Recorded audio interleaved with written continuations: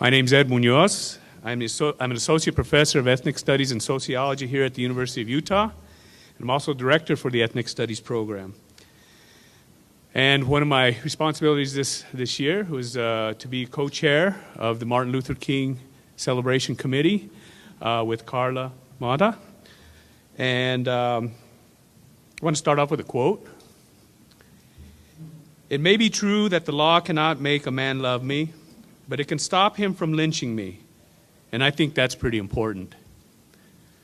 As a quote, a paraphrase quote from Dr. Martin Luther King's speech at Dartmouth College, May 23rd, 1962, over 50 years ago. I recently had a chance to visit the Martin Luther King Jr. National Historic Site in Atlanta, Georgia, just in October. I'm glad I took the time out to visit the site as it reinvigorated my commitment to issues of social, economic, and political justice. Issues that we as Americans believe to be core ideals. However, as history and contemporary experience has proven in the U.S., these core ideals have not been and are not afforded to everyone equally. Because of this, we continue to find ourselves in an ongoing struggle for civil rights. A struggle that waxes and wanes depending on varied historical and contemporary contexts. To provide a timely example, the New York Times reported yesterday that the Justice Department will significantly expand its definition of racial profiling to prohibit federal agents from considering religion, national origin, gender, and sexual orientation in their investigations. This decision comes after years of civil rights groups' complaints that the definition of racial profiling was too narrow and should include the above-mentioned factors in addition to race. Today's event is the first of many slated for this 30th annual Martin Luther King Jr. celebration, the longest-running Martin Luther King Jr. event in the state of Utah. Our theme this year is Beneath the Hoodie, a look at racial profiling in America. Now, before I introduce our moderator for today's initial conversation, I'd like to provide some recognition and thanks. We have some dignitaries here, some of our donors and university administrators, but I really want to thank the faculty, staff, and students because without you, this would not be possible. It's the largest crowd I've ever spoken in front of, and so I'm pretty pleased, pretty happy about it. Community, we have a number of community members here as well, and I'd like to give a real special thanks to our MLK committee members. I see a few. Could you all stand up at least? Okay.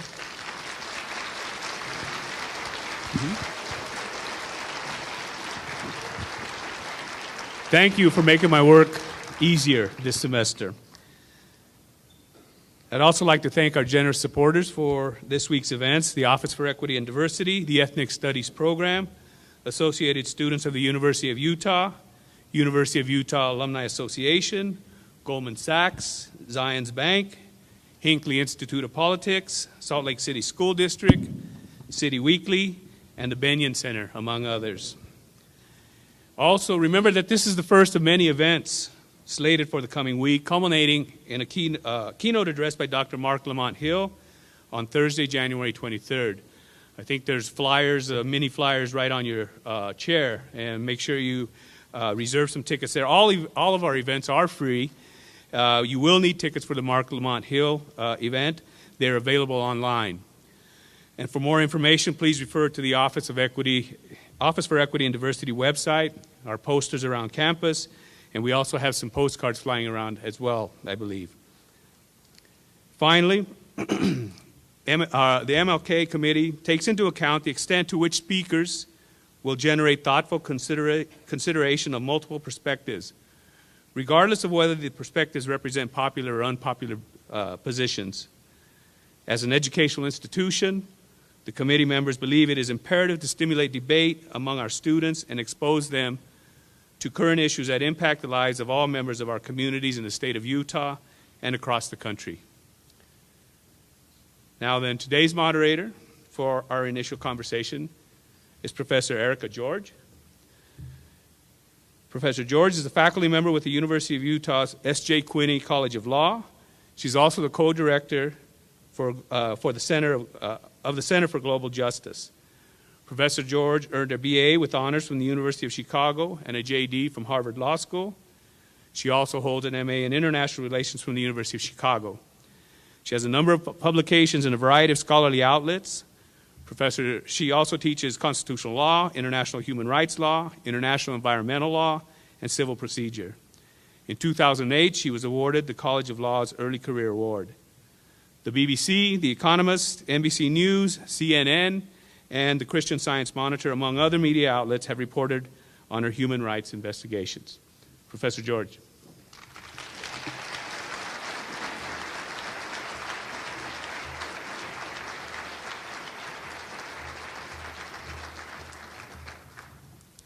Thank you very much. I'd like to echo my colleague, Dr. Munoz's appreciation for all the people who did make today possible.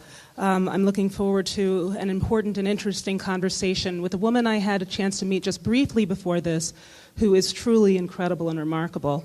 And I really couldn't think of a more appropriate speaker, a more perfect speaker for what we need to discuss today in looking back at the legacy of Martin Luther King Jr. and how it lives on. Being a scholar, I have chosen some words from text for you. This is a speech that Dr. King gave on the current crisis in race relations, only he was writing more than 50 years ago. And he spoke about struggle. Since the struggle will continue, the basic question which confronts the oppressed peoples of the world is this: how will the struggle against the forces of injustice be waged? There are two possible answers. One is to resort to the all too prevalent method of physical violence and corroding hatred. The alternative to violence is the method of nonviolent resistance. This is not a method of cowardice or stagnant passivity. It does resist. The nonviolent resistor is just as opposed to the evil against which he is protesting as anyone who uses violence.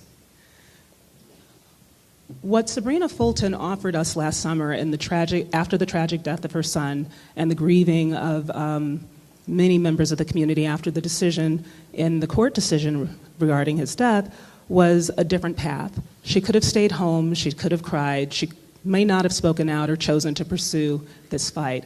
Yet she continues to struggle, and she's converted her struggle into a quest for greater peace and greater understanding. And it is great that we have the opportunity to have her share that with us today. Sybrina Fulton has dedicated her life to transforming a family tragedy into social change. Since the death of her 17-year-old son, Trayvon Martin, during the violent confrontation in 2012, she's becoming an inspiring spokesperson for parents and concerned citizens across the country. The publicity surrounding his death and the ensuing trial catapulted the country into a national debate on the current crisis of race in our country. Despite the intense struggle of losing a child, Fulton has become a role model to many by turning her grief into advocacy. Remaining strong throughout the trial and in the ensuing months, she lends her voice to speak against violence towards children and the need to build better, safer communities for all. Her message not only appeals to both people's hearts as it relates to children, but it is also one of hope and of change, exemplified by her personal experiences and her endeavors. As a mother, she is inspiring audiences to continue to educate their own children about civil rights and to help them feel accepted as part of an ever-changing society. As an honest speaker who truly is authentic and comes from her heart on this matter, she looks forward to sharing her powerful message with us today and many around the world. She's worked with colleges, people in the legal profession, and the community. She's a native of Miami, but her story is truly one that is universal. She graduated from Florida Memorial University, where she earned her bachelor's in English. She's a proud mother. She worked for the Miami-Dade County Housing Development Agency for over 25 years. And today her work is what she will tell you about, and that is working for social justice in the memory of her son. So,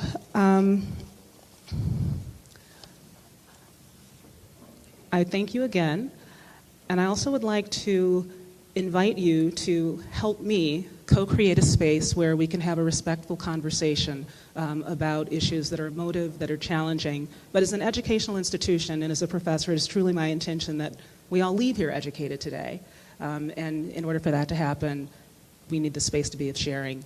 So please join me in co-creating that, and join me in welcoming Sybrina Fulton.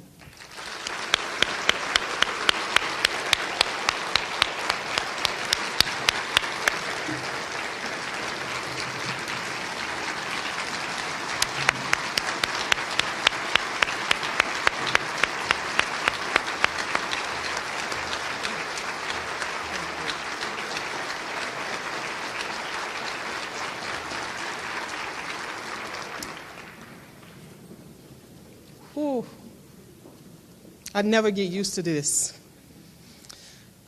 First of all, I want to say thank you, Utah. Thank you, Salt Lake City, for having the courage to invite me here. Thank you for taking time out of your busy schedules, because you all could be doing anything besides sitting right here. And I want to say thank you. I want to start off by saying thank you. I'm going to talk for a few minutes about my journey. A lot of the media call it a story. So I might use story so that they can relate to what I'm saying. But this is truly a journey for me. This is not something that I applied for. This is not something that I signed up for. This is not even something that I wanted. To lose my kid. By nature, as a parent, our kids usually bury us. After a full life, after a full journey through it all, our kids are supposed to bury the parent. There should not become a time where we are comfortable with burying our children. And I, for one, will never get used to that concept. It is something that should be uncomfortable to you. What happened many miles away in Sanford should be uncomfortable for you. If you are not uncomfortable with the situation, I suggest you go back to the media, search within, a little bit of common sense, read the reports, the interviews, because you'll know who Trayvon Martin truly was. And I stand and I speak as a representative for Trayvon Martin.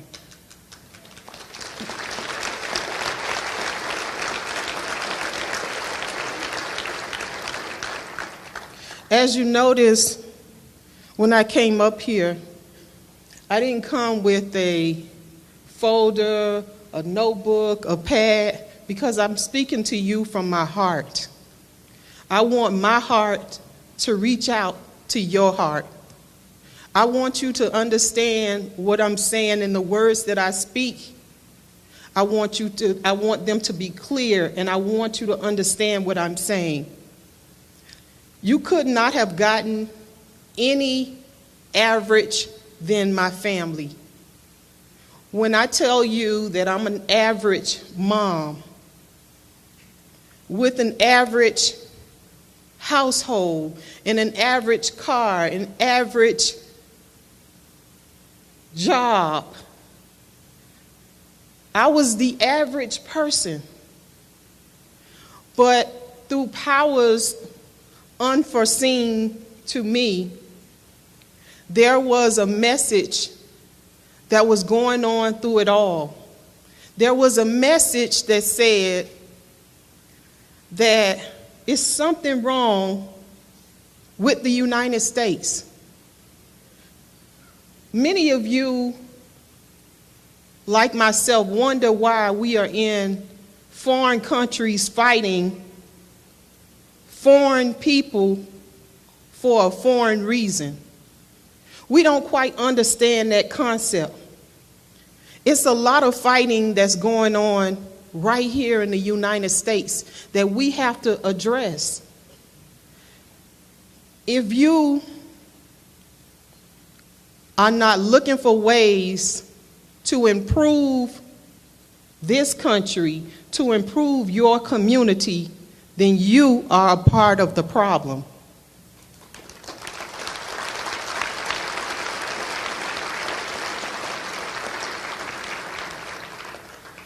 Because my son Trayvon had recently turned 17 on February 5th, 2012, 3 weeks prior to his death. He was young, and he thought, as a young person did. Sure, he was a little immature. He was buying candy. He was buying candy from the store and a drink. So that right there told me the mentality of Trayvon on that particular day. As I also think about what happened, I understand the concept of the hoodie. Sure, it's a little cold outside, a little chilly, a little rain.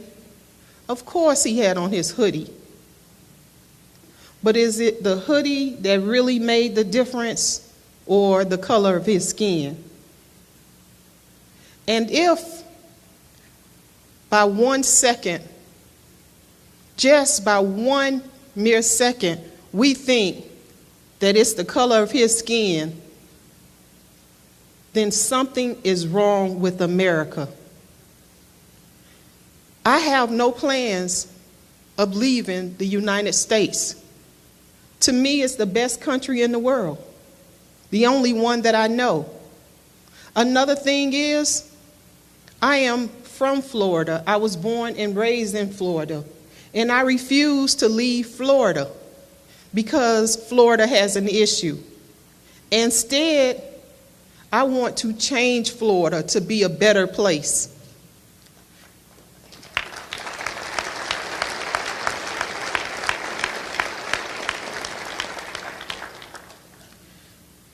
And by me changing Florida means for me to make sure that everybody that turns 18 years old, that they are registered voters, then that's what I have to do. If it means making sure that people are aware of the laws in their city, states, and community, then that's what I have to do. Because when I think about what I used to do as opposed to what I do now, I have a great deal of work to do. I told my attorney after we received the verdict of not guilty that I was disappointed in the justice system, because I truly believe that the justice system would work for us. I believe that the jury would ultimately see that Trayvon was on the telephone 2 minutes prior to his death. Does that sound like a burglar to you? He had in his possession candy and a drink. Does that sound like somebody that's getting ready to burglarize somewhere? Absolutely not. Trayvon was minding his own business, as many of our young teenagers do when they're walking home from the store, or they're walking to school, or they're walking to a park. They are merely minding their own business. They have no intent in their heart to commit any crime. But because someone felt that Trayvon was suspicious, they took it upon themselves to follow him, to pursue him, to chase him, and ultimately shoot and kill him. Not only did we not get enough information from the authorities there in Sanford, which is the police department, I thought that was just awful and disappointing that you're telling me that my minor child was laying on some grass, deceased, and you can't give me the answers as his parent? I thought surely it's something wrong. But that wasn't the worst thing. The worst thing I have endured, and this is going to be hard. The absolutely worst thing that I've seen was the day of his homegoing service when and I'm going to take this slow because it's still painful. When I, at his homegoing service, had to look at my son for a final time, all dressed in white, as if he was an angel going to a prom. That is the absolute worst thing by far that a mother could have endured. To know that I will not get a chance to see my son graduate from high school, walk across the stage with his diploma, select a college, get married, have children, get a good job. He wasn't even allowed the opportunity to vote. So there are a lot of things that I'm going to miss out on when it comes to his life. That's the downside. Now let me tell you a minute about the upside. The upside is that I get an opportunity to save somebody else's child.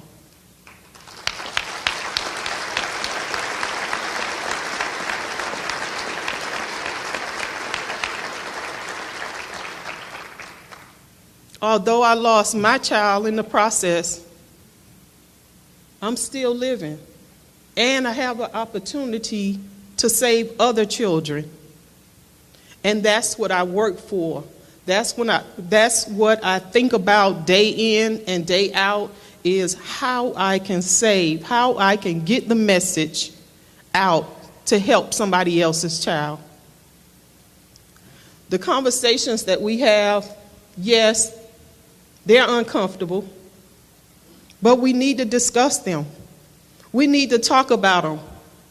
Because don't think for 1 second that racial profiling does not happen.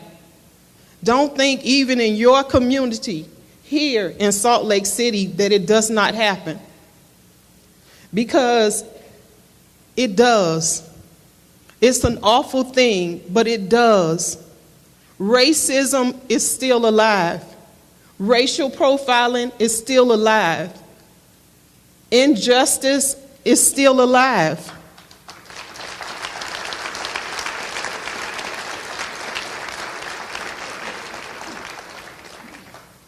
And we have to make a difference. We have to change this.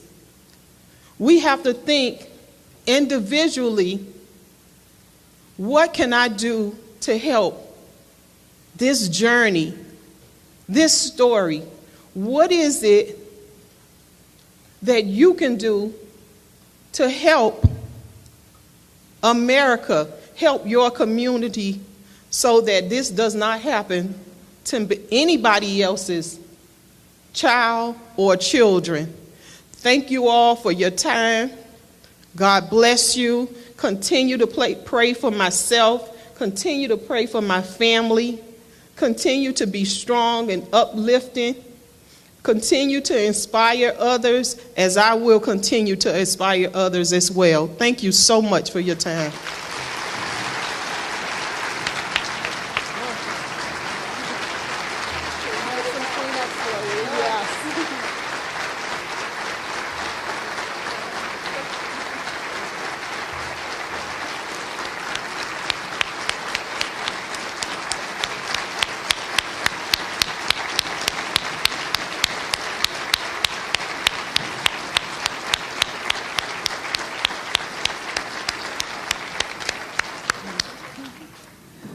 So I was right? Amazing. Sybrina shared something with me, I think, that was very special and important before we began this. And she said that her pastor told her that not only do trials and tribulations build character, more significantly, they reveal them. And the content of the character of Sybrina Fulton is awe-inspiring. So you've heard from her, and she has agreed to hear from you, and will be answering questions. So we'll have 2 microphones going around the room. And before those go, there were a few posed earlier that I'll offer now.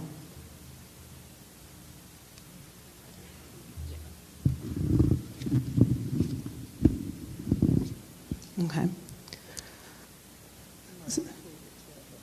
Oh. Okay.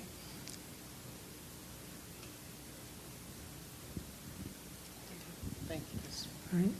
So this morning at breakfast, you mentioned that different groups are impacted by it.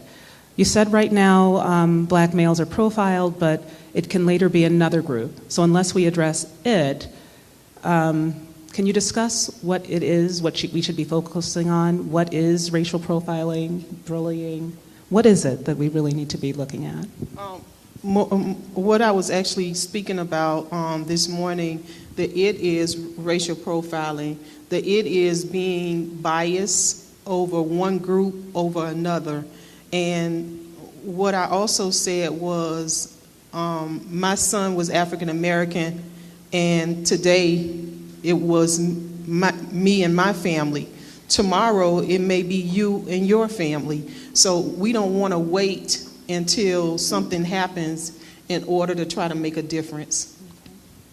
And then in your work with schools, the work that you're doing now, what are the areas we should focus on to prevent racial profiling? We need to focus more on...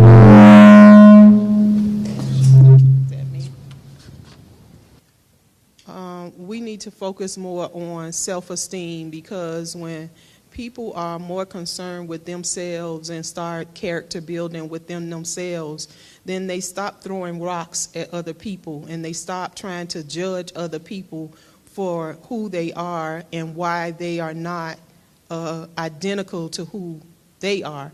A lot of times people want people to be just so much like them. They want them to have the same religion, and they want them to be of the same educational level, and is same sexual preference, and it's just things that people want, and we all are so different, and people just have to learn that, and they have to just have a respect for themselves. And if you respect yourself, then you will respect the next person.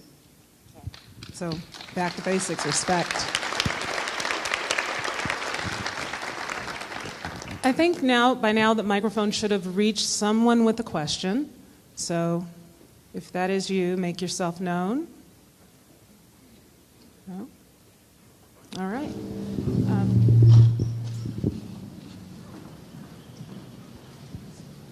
Any questions from the audience?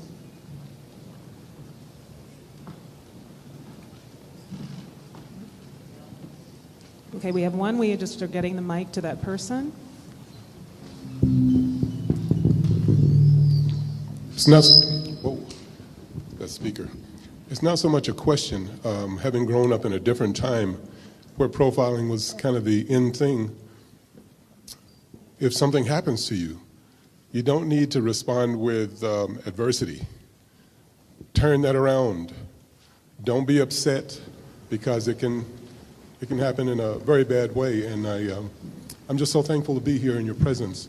And just to reiterate that, please, that we can't respond with upsetment because we're in the right. We could be dead right. Thank you. Other comments or questions? Yes. Yeah, sure. Because there's no mic, I'll repeat this one.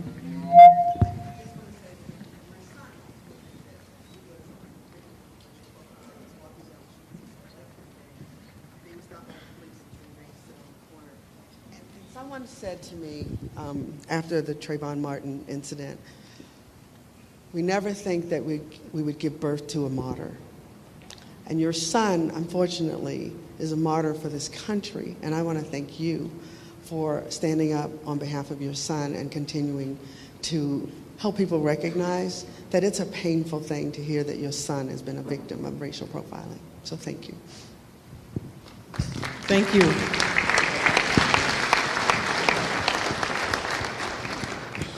I have a question. Do you have a message for 17-year-olds? I know when I was 17, and if I was walking through the park and looked over my shoulder and saw some dude following me, do you have any thoughts about what I should have done or what Trayvon should have done?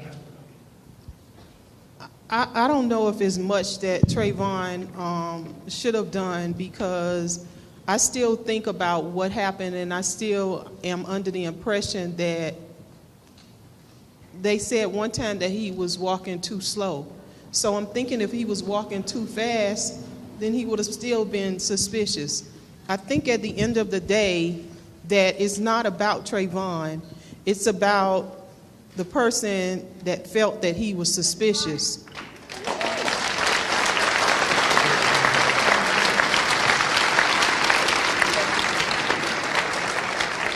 And so we do have a lot of work to do, and we do have to work on mindsets. And that's why it's important that we plant that seed that says, if you're a little uncomfortable about what happened, if you just a little bit unease when you watch the news, just a little bit, you don't have to think whether one person was innocent or guilty. But just by the mere fact of you being uncomfortable with the situation makes me believe that, yes, we do have a lot of work to do, and there is some racial profiling that's going on. A lot of people don't understand it if it's not happening to them. But we just all have to be human beings. And as being human beings, we have to realize that, unfortunately, there are some mean and evil people that are in this world.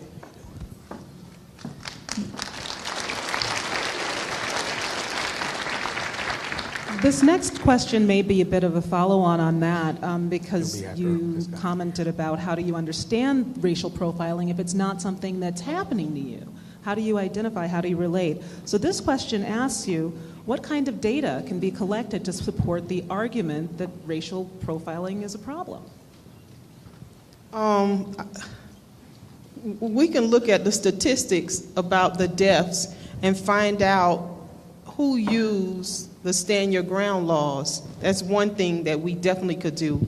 Another thing we can do is we can look at the death rates in certain communities and try to analyze why this person was killed and another person is not being held accountable for it. So there is data that they can accumulate and they can research. They have so many different schools and so many different universities and college. Maybe they need to look into that matter to find out, is it really an issue in America? Is it really something that we need to address? And I think people will be surprised that it is. It's definitely an issue. Yeah, the data actually is out there, but you speak more to how to understand that data, because you're not a data point, you're a mom, and you've experienced this. But bringing more understanding to racial profiling as a problem is a large part of your project and why it is you're here today. So in working with people who are unfamiliar with the subject, how do you introduce it? How do you get people involved? One of the things that we do, we have training that's called conflict resolution. And a lot of times we understand that bullying is a component of racial profiling. We make sure that people understand the differences that we all have. Everybody is not going to be this cookie cutter human being. We can't all be the same size. We can't all be the same age and look alike and think alike and we can't all be the same people. We'd be robots if that were the case. So we just have to realize and understand people's differences and respect. I'm going to always go back to respect, because we can get along living door to door, next door to each other, working with each other. If you respect me and I in turn respect you, that will go so much further than changing laws, understanding the laws. If this is the case, I think it's just basic respect. Thank you.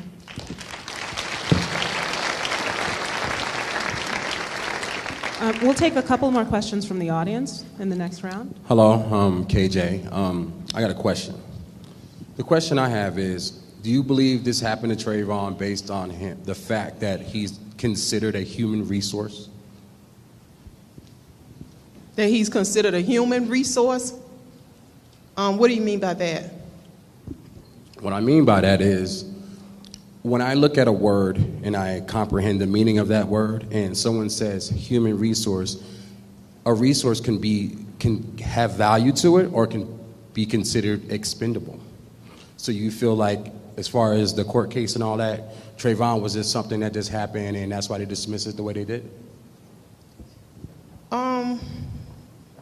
That's a pretty hard question right there, but it's a good question nevertheless. I think this happened to Trayvon, but it could have been any African American child. I don't believe Trayvon was selected.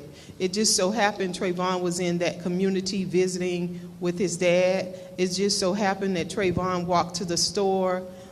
Those things to me it's a coincidence. But I think he was clearly followed, and I think he was clearly racially profiled, and I think he was clearly shot and killed.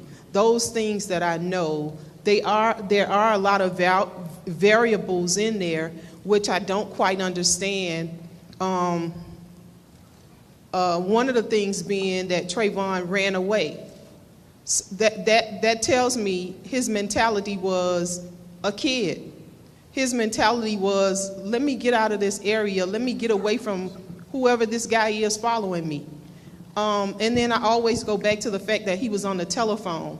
And I know when I'm not on the phone, I can be easily distracted by what's going on around me in my environment. And as women, and I don't want to pick on the ladies, but a lot of times when we are on the telephone, we're distracted. And we may be putting ourselves in harm's way by us not being alert and aware of what's going on around us. So some things to me could have been prevented, and I think that it's just unfortunate that it was Trayvon. But I think it's all in the matter of how we deal with tragedy, how we deal with devastating events in our lives. And I know that on the inside of me, if it had not been for the powers to be, if it had not been for God lifting me up, helping me speak, helping me stand, and helping me get through this, I don't know where I would be.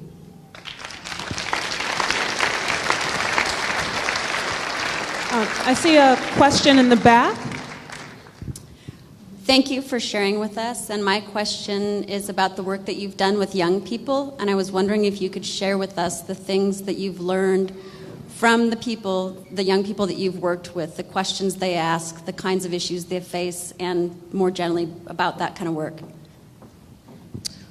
A lot of young people are afraid, and it's unfortunate.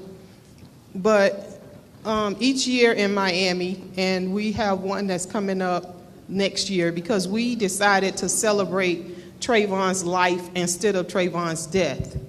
His birthday was February 5th, as I said, and on February 8th and 9th, we will celebrate his birthday again. We did it last year, and it's going to get bigger and bigger and bigger each year. So hopefully they'll have a Trayvon Martin walk here in Salt Lake City that I can come to.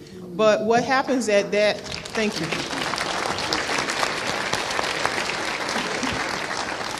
What happens during that time is we have what we call a peace walk.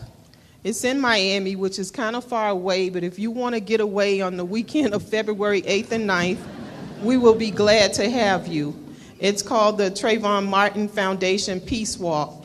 And what that peace walk says is to tell our young people that you have a right to walk in peace. You have a right to walk with anybody, without anyone following you, chasing you, pursuing you, and shooting and killing you. You have that right. So we want our young people to know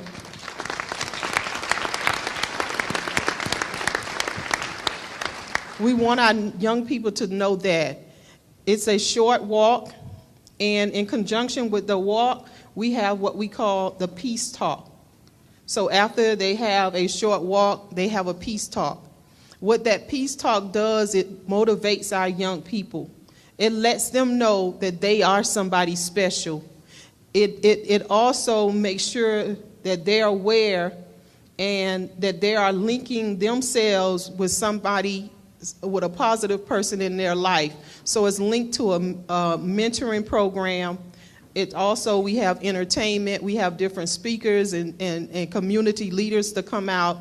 And it's just a time for our young people to unite and celebrate themselves.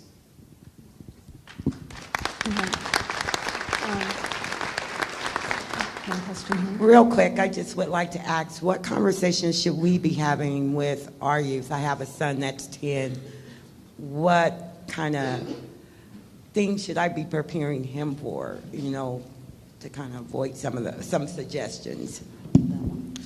I can tell you some of the things, I'm no expert, but I can tell you some of the things that I tell my son, because I have 2 boys that I'm still working for. I have a son in heaven, which is Trayvon Martin, and I have a son on earth, which is Sybrina Fulton.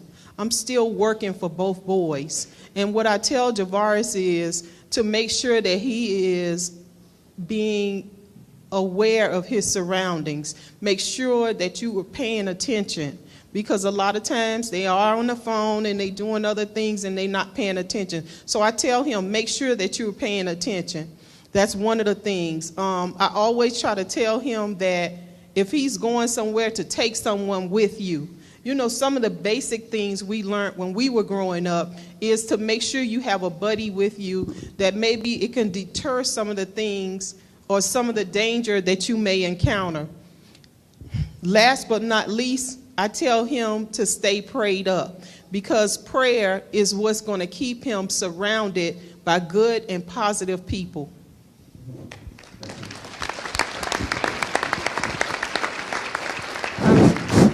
I see another question right here. Can you address, you talked about conflict resolution. First of all, I want to say sorry also. My prayers are with you and your family. But when you talk about conflict resolution, when it came to the trial, do you feel like the state of Florida represented Trayvon Martin properly? Get back.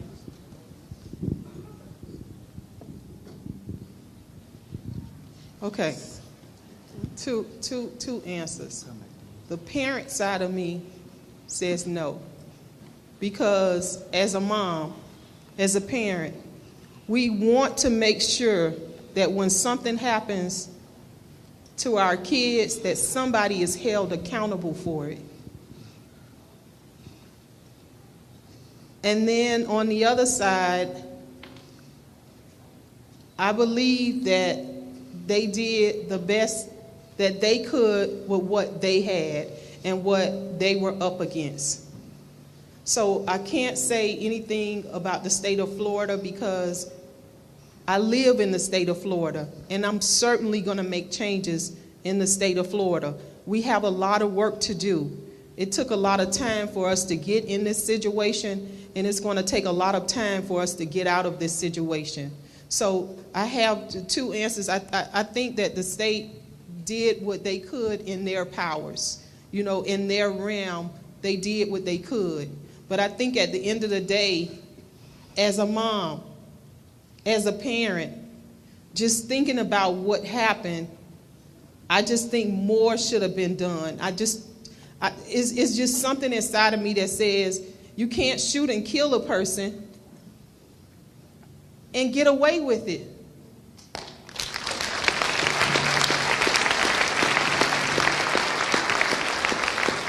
So we have a question here. Actually, I would like to tell my story today and tell you that I'm feeling your pain because I'm going through that with my son. Yes, there are things that happen here in the state of Utah, just like any other state. My son is being accused of a crime that he didn't do. He's facing 5 to 15 years. He's disabled. He's a schizophrenic. And what they said is that he tried to take a police officer's gun. He had his hands handcuffed behind his back. It was not possible that he can do it. And I have to go to court tomorrow, but they said that the prosecuting attorney said he would like to talk to the officer to see what he should do, what his decision on my son. They will not give him a plea bargain, but I am fighting the fight. So I just want you to know my prayers are with you. And those things exist here in Utah too. Let me just say to you, do you have an attorney? Do you have legal advice?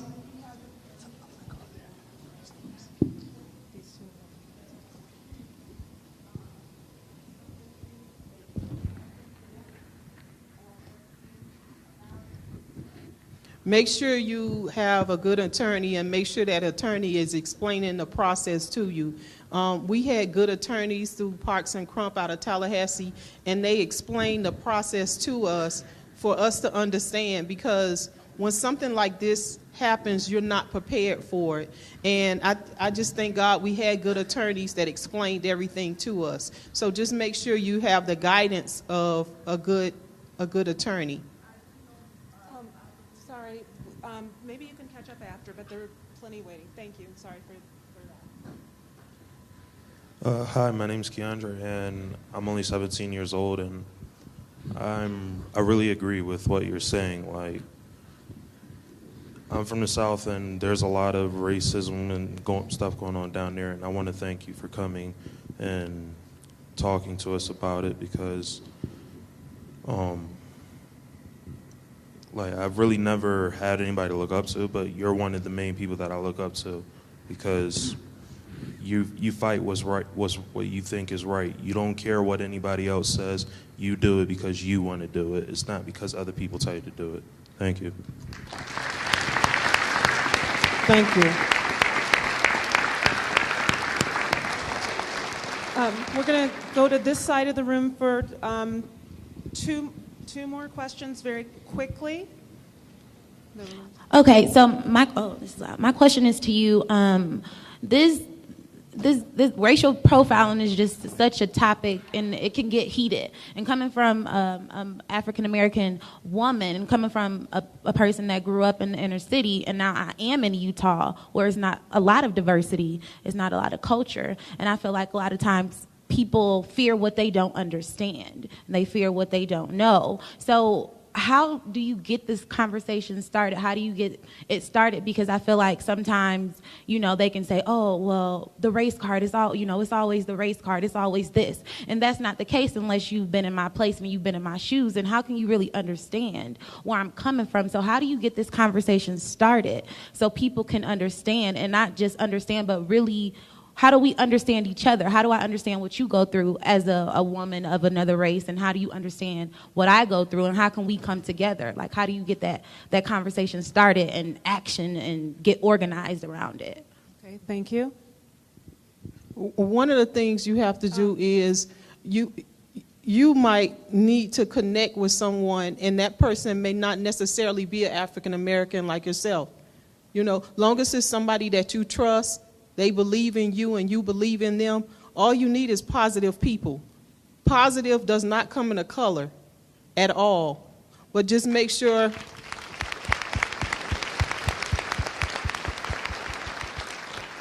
they have some of the same beliefs that you have, and then you'll go far. Don't worry about connecting with just your group. The Trayvon Martin Foundation is not just African Americans. It's about children. Whatever color, whatever ethnicity, it does not matter. We are for children. Our focus is children. Okay?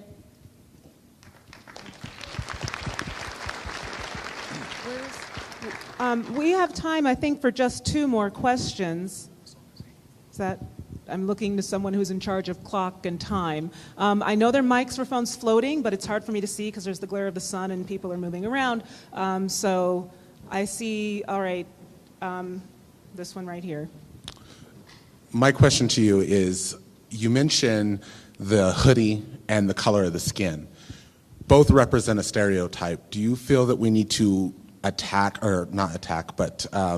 to tackle breaking down those stereotypes within our own communities so that we don't deal with profiling?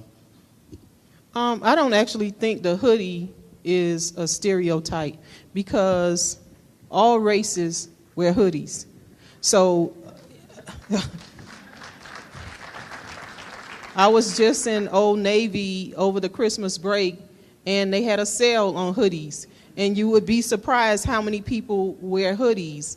I was on the Anderson Cooper show back when this first happened, and he said himself that he wears a hoodie and jeans to work every day. He said, and nobody thinks that he's suspicious, but he wears a hoodie. The guy who is the owner of Facebook, same thing. He wears a hoodie. So it's not about the hoodie totally. So don't get confused and wrapped up in the fact that Trayvon had on a hoodie. If you wear a hoodie, let me see your hand. Amen. That's good.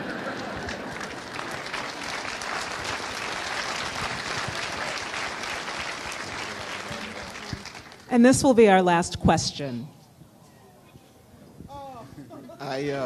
But we can continue the conversation. I mean, we've heard from Sybrina Fulton an invitation to join her on her journey.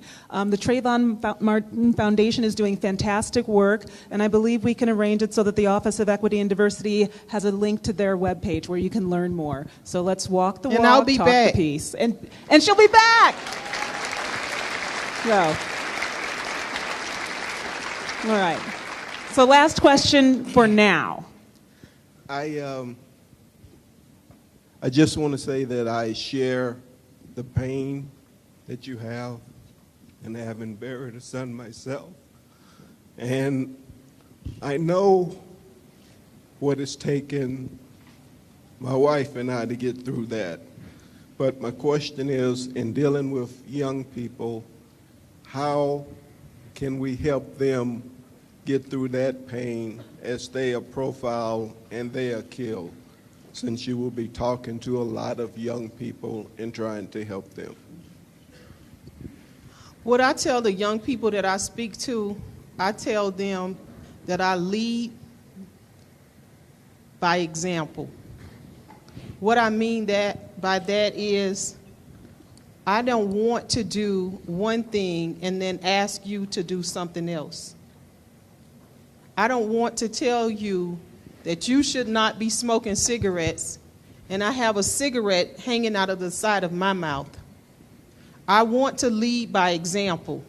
And that's why I think it's very important that we did not fight violence with violence. We had a lot of people to come up, thank you. We had a lot of people to come up to us and say that because somebody took your son's life, we need to take a life. And I don't believe that. I don't believe that for 1 second. Trust me, it hurts.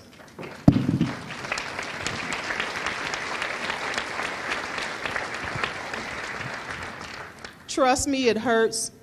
And it made us very sorrowful, very bitter, very angry, very disappointed.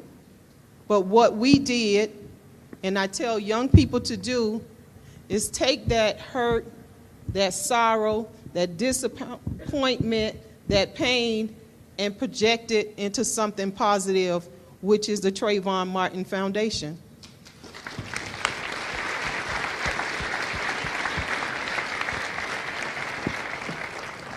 And again, making me right. Could there be a more perfect person to talk about the legacy and lesson of Dr. Martin Luther King? The nonviolent resistance and struggle truly is one that takes courage and, frankly, more strength than picking up a gun and eradicating someone. Sybrina Fulton is going to stay in Florida, and I am convinced she's going to change Florida. And I accept your invitation to help change that with you. So I hope you will join us again. Join me in welcoming Professor Karen Johnson to offer some concluding remarks on the conversation we've had today.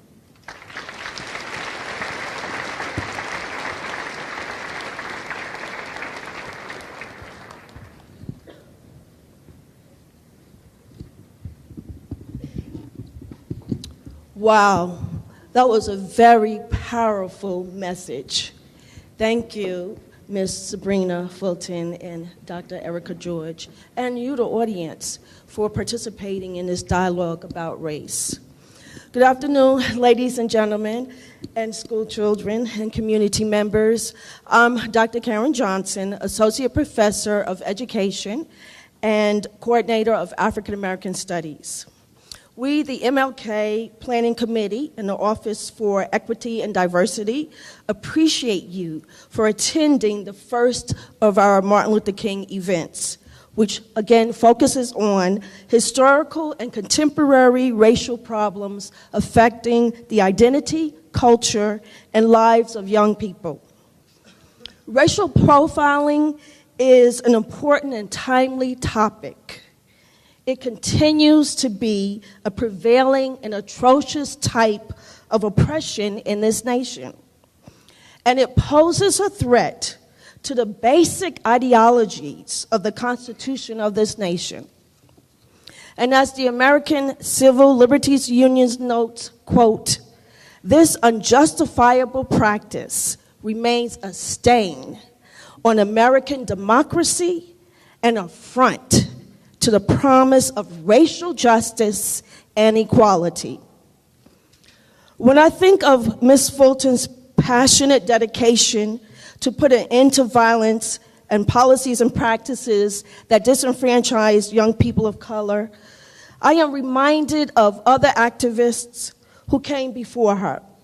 Martin Luther King Jr., Ella Baker, who articulated, quote, "We who believe in freedom cannot rest. We who believe in racial justice cannot rest." Ms. Fulton, I admire your unwavering courage and faith and desire to help push this country to move towards its democratic creed. Thank you for giving us your powerful message. Your message is our clarion call to action, a call for grassroots activists, students, educators, and other stakeholders to engage in a struggle that would put forth laws and policies and practices that would contribute to racial justice. Your message is a call for social change, indeed.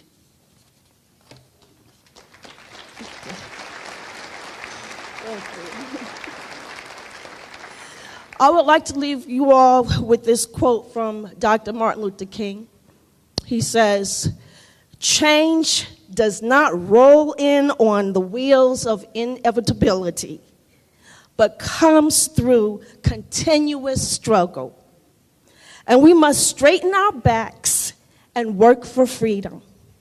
I want to add, we must straighten our backs and work for racial justice. Thank you.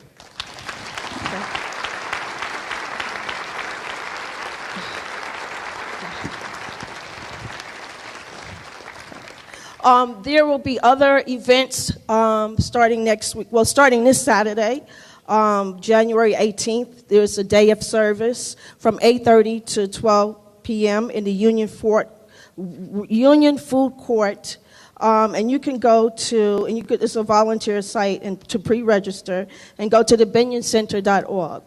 On Monday, January 20th, there is a March for Youth. 2 p.m. is a rally, 2:30 is the march, which starts at East High. And the march is to support our students and the Pastor Davis Scholarship. On Tuesday, January 21st, will be a campus and community panel from 2 p.m. at the Hinckley Institute of Politics at the U. And the title of that panel is Positive Youth Development, Community Resistance to Institutionalized Racial Profiling. On Wednesday, January 22nd, we have Juan, I'm going to butcher this name, Tahano. He's a poet, a spoken word artist, an award-winning teacher, and that will be 12 p.m. in the Union Ballroom. Our final panel discussion would be 5 p.m. in the Social Behavioral Science Lecture Hall auditorium, and it will be a screening of Crimes of Police, a documentary about police brutality in America. And the filmmaker and producer, Antoine El Mohammed, will be there as part of the panel. Then our final event would be Thursday, January 23rd. Our keynote will be Mark Lamont Hill, and it will be 2 p.m. in Kingsbury Hall. It's a free event and open to the public. However, you would need tickets. Thank you.